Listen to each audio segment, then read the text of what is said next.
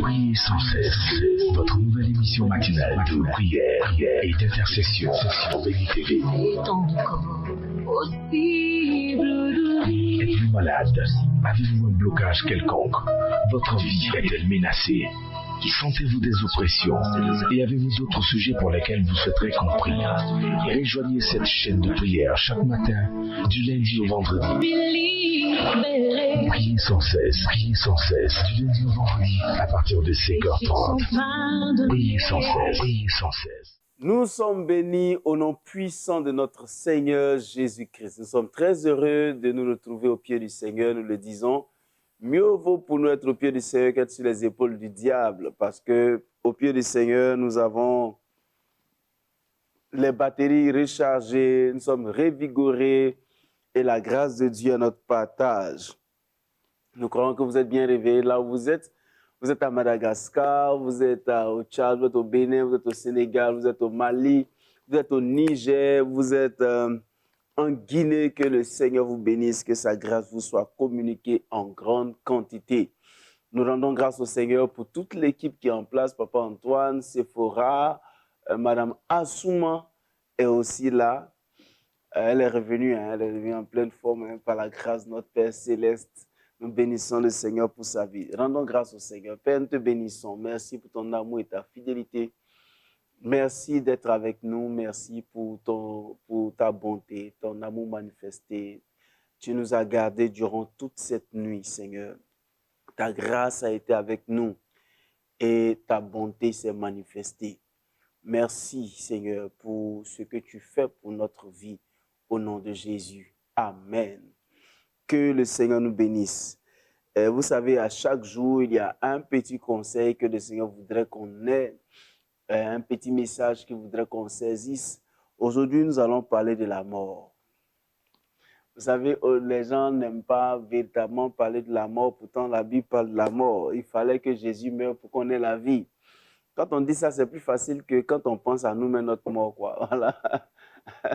Mais voyez-vous, la mort est une option, on dirait un avenir certain. Qu'on l'ait prophétisé ou pas, qu'on ait prié ou pas, la Bible dit que le péché a déjà raccourci l'espérance de vie des hommes. Et finalement, l'une des choses que le monde ne souhaite pas, c'est mourir. Mais pourtant, nous allons mourir. Nous parlons de l'apôtre Paul, mais il ne vit plus. Nous racontons l'histoire de Moïse qui ne vit plus. Nous racontons l'histoire de Pierre, mais qui ne vivent plus. Ces personnes ne vivent plus et ont laissé la place à d'autres personnes. Je voudrais dire à toutes les personnes qui nous suivent aujourd'hui, au-delà de toutes vos prières, la Bible nous parle de prudence. Il faut être prudent à tout point de vue, prudent dans tout ce que nous faisons. Mais je vais vous orienter sur deux choses. La première chose, je lisais un jour dans la Bible et la Bible dit « Un homme sage laisse un héritage à ses fils ». Je me suis rendu compte que quelquefois, il faut qu'on travaille dur avec le Seigneur pour laisser quelque chose à ceux qui viennent derrière nous. Pour ne pas que notre progéniture soit traînant, vacillant, mendiant son pain, comme cette malédiction qui a été adressée à cette personne dans le livre de Psaumes.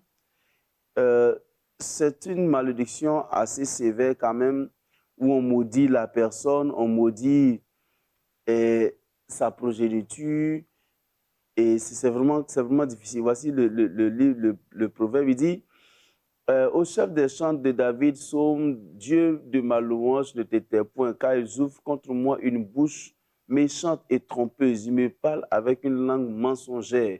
Ils m'environnent d'un discours haineux et ils me font la guerre sans cause. Tandis que je les aime, ils sont mes adversaires. Mais moi, je recours à la prière. Ils me rendent le mal pour le bien et de la haine pour mon amour. Place-le sous l'autorité d'un méchant et qu'un accusateur se tienne à sa droite quand on le jugera qu'il soit déclaré coupable et que sa prière passe pour être un péché, que ses jours soient peu nombreux, qu'un autre prenne sa place, que ses enfants deviennent orphelins et sa femme veuve, que ses enfants soient vagabonds et qu'ils mendient, qu'il cherche du pain loin de sa demeure en ruine. Voyez-vous, quelqu'un assis quelque part et puis il déclare toutes ces paroles. Et nous vivons sans précaution, sans prudence, sans penser à réaliser des choses. Et malheureusement, certaines croyances et certains stéréotypes nous empêchent quelquefois de réaliser pour notre avenir, pour notre progéniture, on dira ça comme ça. Combien de personnes ne sont-elles pas mortes simplement sans rien laisser derrière, sans rien laisser derrière. Je vous en prie, soyons prudents. La Bible même dit, l'homme prudent voit le mal venir et puis se cache. C'est-à-dire, ce n'est pas devant toi, on doit jouer au guerrier. À un moment, on doit se cacher. Ça veut dire on doit être sage. On doit être sage. Vous vivez, vous avez les moyens, essayez de mettre quelque chose à part parce que ce sera sage de laisser un héritage à ses fils pour ne pas que vos enfants souffrent, pour ne pas que ces paroles de malédiction qu'on ne sait qui prophétise sur vous soient une réalité. Vous savez, quand vous n'avez pas de maison où vos enfants peuvent dormir, quand vos enfants n'ont pas une ressource financière sur laquelle se baser, c'est difficile. Alors, il vous faut penser à ces choses. Il vous faut penser à ces choses. C'est vraiment une chose importante. Le deuxième conseil, c'est que comme nous allons mourir, la Bible ne nous encourage pas à chercher, à nous investir plus dans les choses matérielles que dans les choses spirituelles.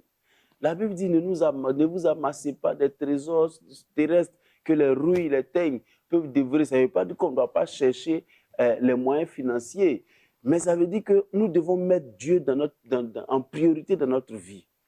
Nous devons aussi chercher Dieu. Il y a des gens qui n'ont plus le temps pour chercher Dieu. Pourtant, quand ils vont à l'église, on dit tu iras au ciel. Mais bon, tu n'as pas développé une relation avec Dieu ici. Comment va-t-il te recevoir chez lui là-bas pour dire ça comme ça? Voyez-vous, aujourd'hui, il y a des gens qui ne développent aucune relation avec Dieu.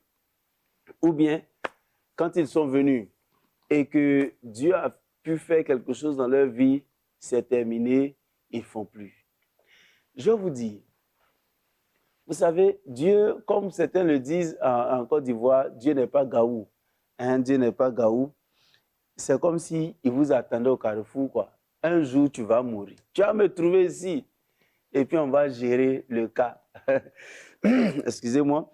Tu vas mourir, tu vas venir en gérer, en s'entendre. Mais, vous voyez, si ton travail te prend plus de temps dans la vie que ta communion avec Dieu, il faut être équilibré. On dira, donne un moment aussi au Seigneur. Quand la Bible cherchait premièrement le royaume, ça ne veut pas dire exclusivement. Ça veut simplement dire que tu dois donner de la place à Dieu dans tout ce que tu fais. Et tu dois mettre Dieu en priorité dans tout ce que tu fais. Il ne faut pas essayer de faire des choses que tu ne peux pas faire sans Dieu. Et il y a des gens comme Nabucodonosor qui ont dit, j'ai acquis toutes ces choses par la force de ma main. Regardez tout ce que j'ai acquis par la force de ma main. Oui, mais le Seigneur l'a regardé et puis dit, regarde, tu vas devenir mouton pendant 7 ans pour que tu saches que c'est moi qui te fais faire ça. Et même dans le Nouveau Testament, on dit, le riche, il s'est assis, il dit, oh, son âme se réjouit, il a tout acquis. Et il dit, mais ton âme te sera enlevée aujourd'hui même. Qu'est-ce que tu vas faire? Ne pensez pas que vous êtes propriétaire de vos âmes et de votre esprit. C'est Dieu qui est propriétaire de votre âme. Et il est bon de venir devant le Seigneur et de le dire. Tout à l'heure, dans les discussions, on se posait la question de savoir aussi pourquoi chercher toutes ces choses. Et puis au bon moment, au moment où tu dois profiter, tu ne peux pas en profiter. Vous savez, c'est pourquoi il est bon de prioriser dans notre vie les principes divins. Il est bon de prioriser les principes divins. Et aujourd'hui, je vais terminer par un conseil peut-être qui n'a rien à voir avec ce que je suis en train de dire, la mort. Mais voyez-vous, si vous voulez bien vivre votre vie aussi, cessez de vivre selon des croyances qui ne vous permettent pas de vous construire. Cessez de vivre selon le regard des gens.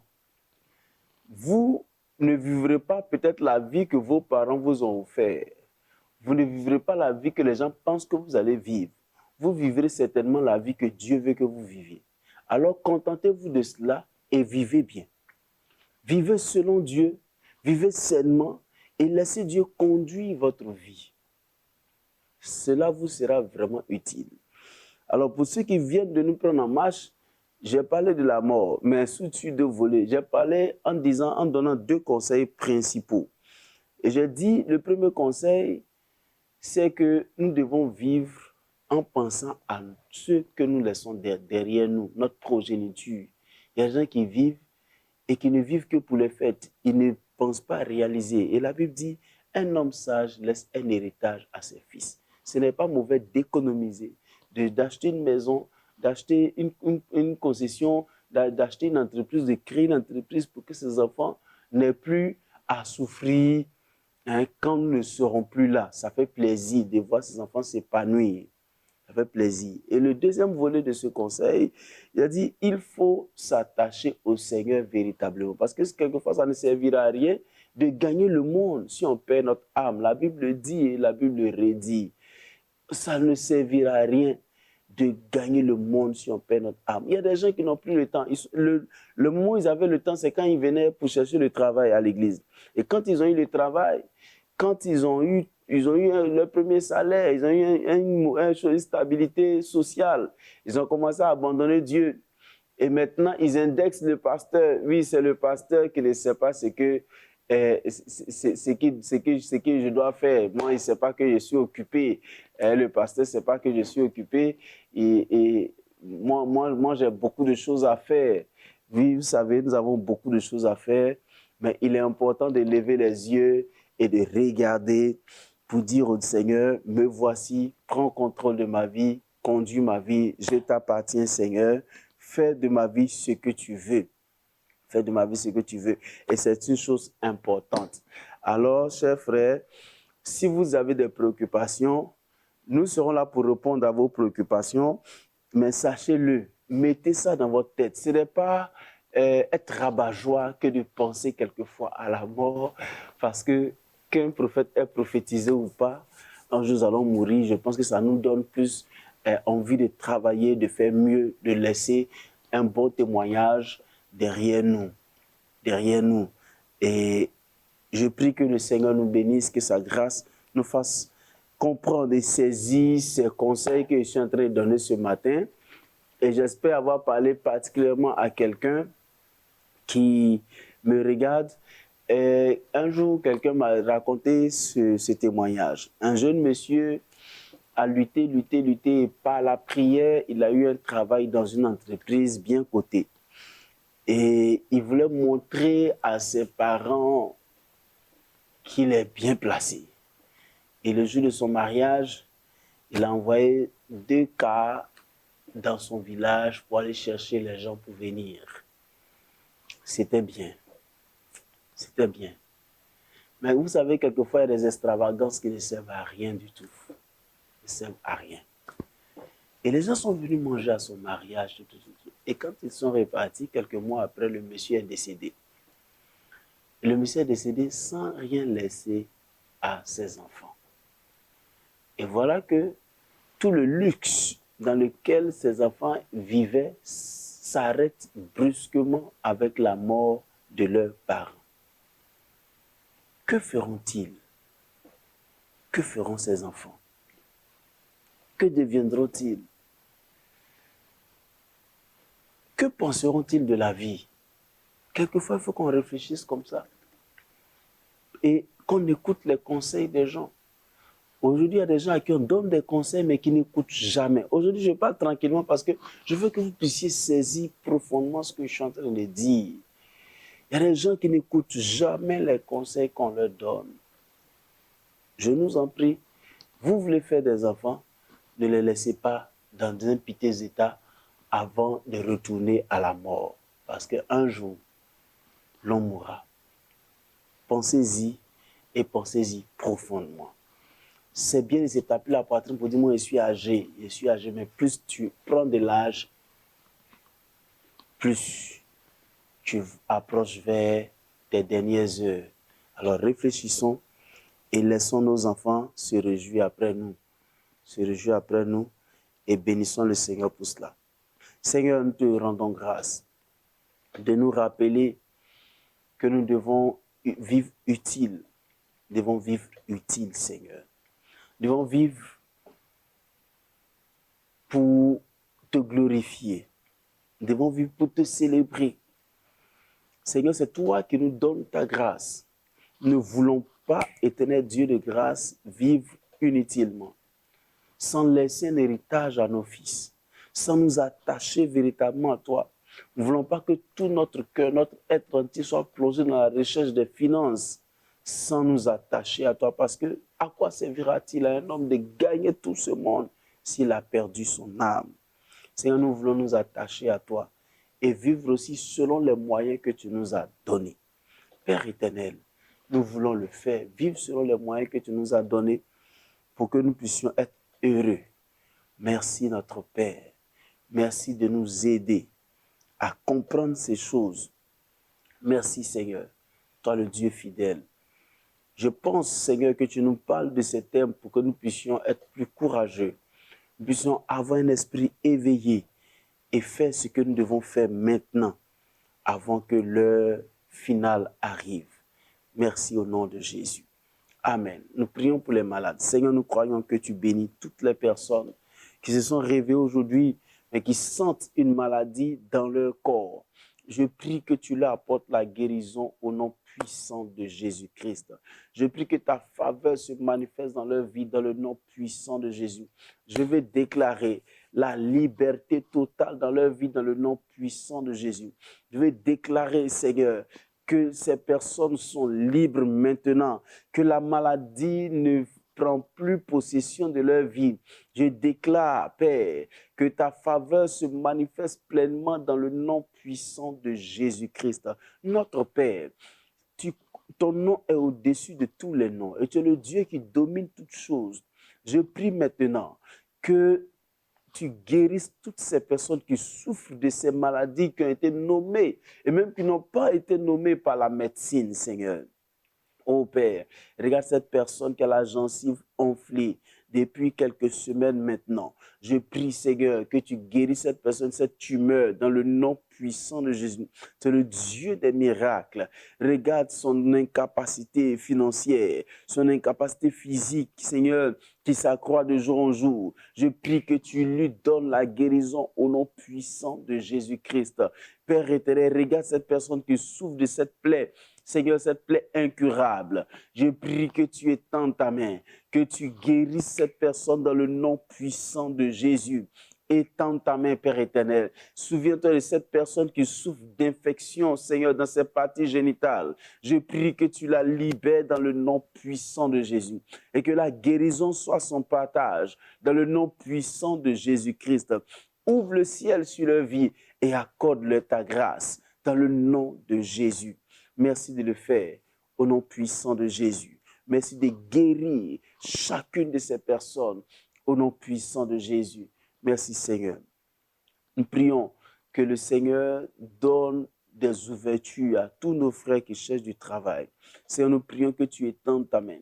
Tu as dit dans Ésaïe 45 que tu vas briser les verrous de fer, ouvrir les portes des reins. Seigneur, nous prions que tu brises les verrous de fer dans le nom puissant de Jésus. Que tu ouvres les portes des reins dans le nom puissant de Jésus. Seigneur, donne-leur du travail. Que leurs mains aient quelque chose à faire pour que ta grâce et ta bénédiction viennent, Seigneur, se porter sur leurs mains parce que tu as décidé de bénir l'œuvre de nos mains, Seigneur. Oh Père, ils t'étendront leurs mains. Seigneur, ils diront, viens nous bénir et tu viendras les bénir, Seigneur. Merci parce que tu bénis l'œuvre de leurs mains au nom puissant de Jésus-Christ. Ta grâce les accompagne dans ce qu'ils font. Ta grâce les accompagne, Père éternel, dans toutes leurs activités. Tu leur ouvres des portes, du trou du travail et tu les rends excellents dans ce qu'ils font. Merci, Père, parce que je sais que tu le fais au nom puissant de Jésus-Christ. Merci pour ta grâce et ta fidélité. Au nom de Jésus, Amen. Nous allons prier pour nos frères qui vivent des situations compliquées, qui sont confrontés à la justice. Nous allons prier que le Seigneur les délivre. Prions le Seigneur. Père, nous prions que tu étendes ta main. Délivre nos frères qui sont confrontés à des problèmes juridiques. Ils sont confrontés à des problèmes de justice. Ils sont en difficulté, Père. Je prie que tu les gardes, que tu les délivres, Seigneur, que ces personnes ne subissent aucune injustice. Tu es le Dieu de la délivrance, capable de leur donner, de leur faire justice, Père éternel. Fais justice à tes enfants. Donne-leur ta grâce, Père, et que chacun de tes enfants, Seigneur, puisse recevoir ta grâce au nom puissant de Jésus et que ta faveur leur soit communiquée dans le nom puissant de Jésus-Christ Nazareth. Délivre-les, Seigneur. Accorde-leur tes faveurs, Père, dans le nom puissant de Jésus. Oh Père, merci parce que je sais que tu bénis tes enfants au nom de Jésus. Amen. Nous allons prier pour nos frères qui ont des problèmes, des difficultés dans leur foyer. Prions, Seigneur, étends ta main. Certains de nos frères ont du mal à s'entendre. Le diable ayant détruit toutes les ressources qui soudaient leur couple. Je prie que tu étends ta main, que tu te manifestes, Père. Tu as créé le mariage pour nous, pour notre bonheur. Je prie que tu étendes ta main, que tu bénisses, que ta grâce se manifeste.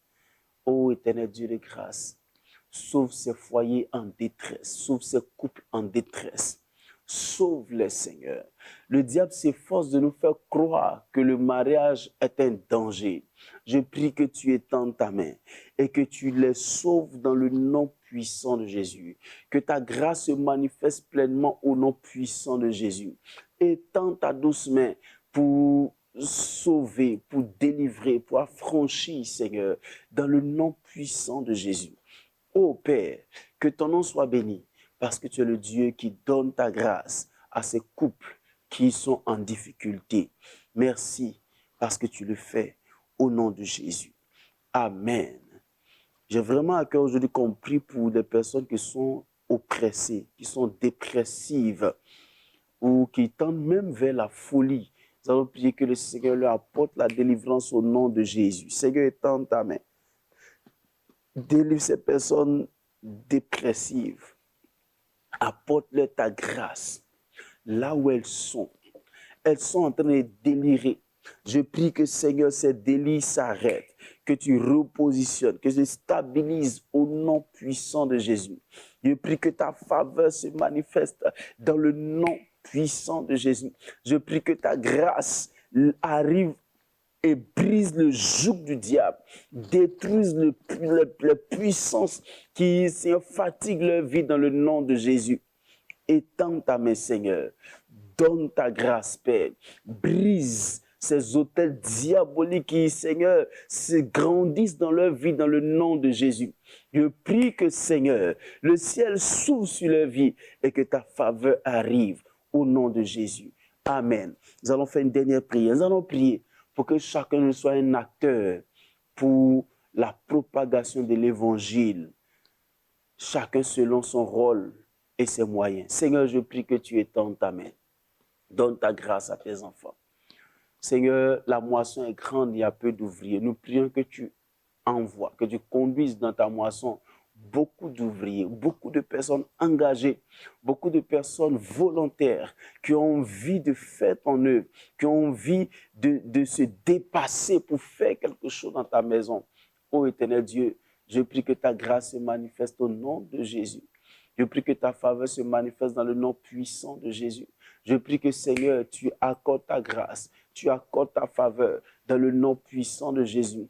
Étends ta main, ô notre Dieu. Seigneur, suicide ces ouvriers, suicide des gens qui vont, des gens qui soutiennent, des gens qui, Seigneur, donnent la capacité, Seigneur, pour qu'on puisse partager l'amour de Dieu. Merci de le faire au nom de Jésus. Amen. Prions pour la journée. Seigneur, merci de bénir cette journée pendant que tes enfants sont en train de sortir. Accompagne-les, bénis-les, rends tes enfants excellents. Délivre tes enfants et leurs enfants de tout ce qui est méchanceté humaine. Seigneur, que les ravisseurs n'arrivent pas à croiser leur chemin. Que, Père éternel, tous ceux qui boivent le sang, Seigneur, qui vivent sur le sang, n'arrivent pas à rencontrer tes enfants et leurs enfants. Merci de les délivrer, de délivrer leur famille, Seigneur, au nom puissant de Jésus. Nous croyons que tu bénis cette journée, au nom de Jésus. Amen. Regardez au bas de votre écran et vous verrez que nos numéros et adresses s'affichent. Là, vous verrez le numéro tel que plus 225 07 78 37 52 78. Ou encore, vous écrivez à cette adresse victierakwasi@yahoo.fr. Vous nous contacterez et vous resterez en contact avec nous pour nous donner votre nom, votre sujet de prière, votre lieu de provenance, votre lieu d'habitation, votre pays, votre quartier. Et nous allons réceptionner vos sujets de prière et prier pour vous. Et n'oubliez pas, nous faisons ce travail ensemble. Nous partons en mission dans des villages et là-bas, nous partageons l'amour de Dieu à travers des dons que nous faisons de vivres, de vêtements, de chaussures et tout ça. Nous vous attendons, nous vous savons disposés pour qu'ensemble puissions partager l'amour de Dieu. Alors, nos adresses sont ouvertes pour que vous puissiez nous contacter et participer à ces missions que nous faisons. Parce que l'œuvre de Dieu, c'est l'affaire de tous. Et c'est bon pour nous de réjouir le ciel parce que la Bible dit il y a de la joie au ciel pour un seul pécheur qui se repent. Et l'ordre qui nous a été donné, c'est d'aller prêcher la bonne nouvelle qui veut dire que nous devons partager l'amour de Dieu avec ceux qui en ont besoin. Que Dieu vous bénisse, que sa grâce vous accompagne durant toute cette journée. Et n'oubliez pas, gardez le sourire et la foi parce que le Seigneur vous aime beaucoup plus que vous l'imaginez. À bientôt. Priez, priez, priez sans cesse. Votre nouvelle émission matinale de prière et d'intercession sur Béni TV. Êtes-vous malade? Avez-vous un blocage quelconque? Votre vie est-elle menacée? Sentez-vous des oppressions? Et avez-vous d'autres sujets pour lesquels vous souhaiterez qu'on prie? Rejoignez cette chaîne de prière chaque matin, du lundi au vendredi. Priez sans cesse, du lundi au vendredi, à partir de 5h30. Priez sans cesse, priez sans cesse.